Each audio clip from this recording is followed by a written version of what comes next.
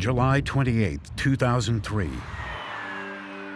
Police respond to a home in a working-class neighborhood. Inside, they find 3 bodies. First, a woman shot execution style in the head. Then, her younger son, shot and stabbed in the kitchen. Finally, her older son, shot in his pajamas, still in bed. The victims are 43-year-old Karen Chappelle and her 2 sons, 17-year-old Whitney and his younger brother, 14-year-old Kalen. You just can't imagine the trauma it is to the survivors. At the scene, Nance finds no signs of forced entry. One of the first observations that I had was that this was a well-protected home, and that the people who lived inside the home screened who came in the home very carefully. I believe that the victims knew the killer and were comfortable with the killer.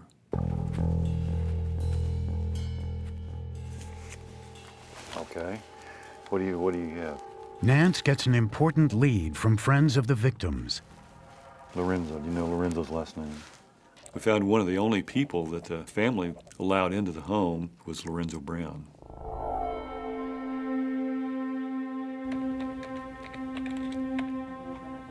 "17-year-old Lorenzo Brown was best friends with Whitney Chappelle and was considered part of the family.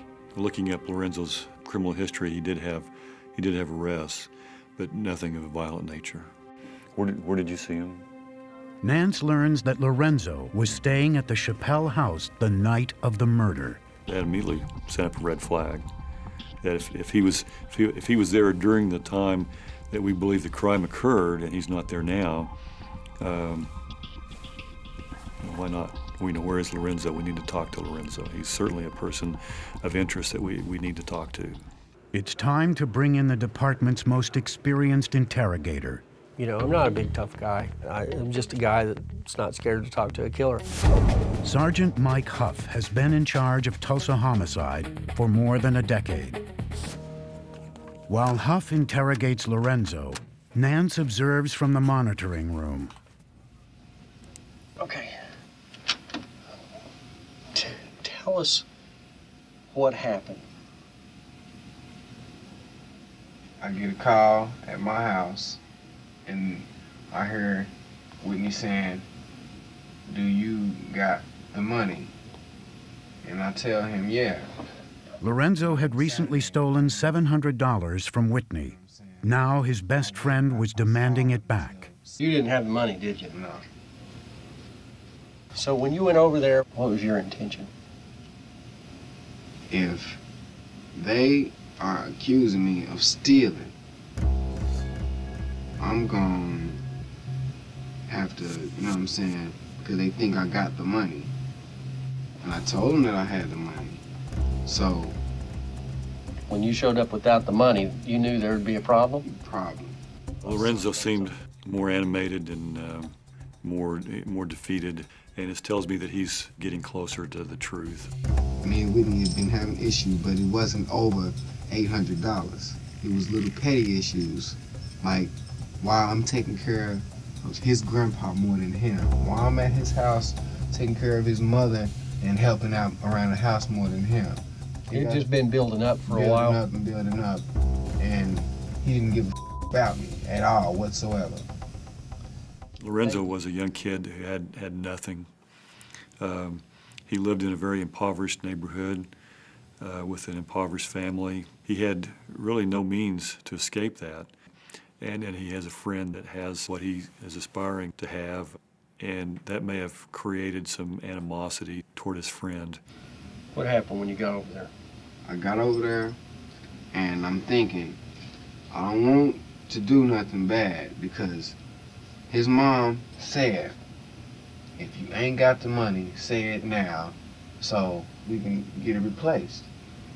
I just went ahead and lied and said, yeah, I got it. It's at my house, though. And then she said in the morning, we're gonna take you over there to go get it. So. Did you actually lay your head down that night and get some rest? No. I was too busy up thinking you know, how I'm gonna get this money. You know what I'm saying? If I had to rob something, you know what I'm saying, just to pay it back, because I didn't need none of this, you know, but it was just too late. At the same time, it wasn't too late. I could have just busted out and said, I ain't got it, man. I ain't got it. So what happened? What made you make this decision? Because it was getting light outside, and I know when they wake up, they're gonna be ready to take me over my house to go get the money that I said I had. And I didn't have it. So I'm sitting contemplating what I'm gonna do. What can I do? And I'm like, well, there's gonna be a big squabble or whatever, and somebody's gonna end up getting hurt anyway. So I'm thinking, let's just end it now.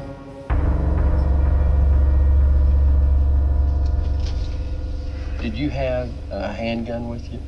Yeah. And did you have anything else with you? And a knife, a machete.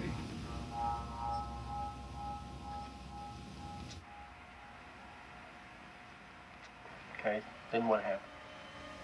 I gathered up enough nerve to go up there and just do it, you know. What'd you do? Went up there, cocked back the gun, shot Whitney in the head twice.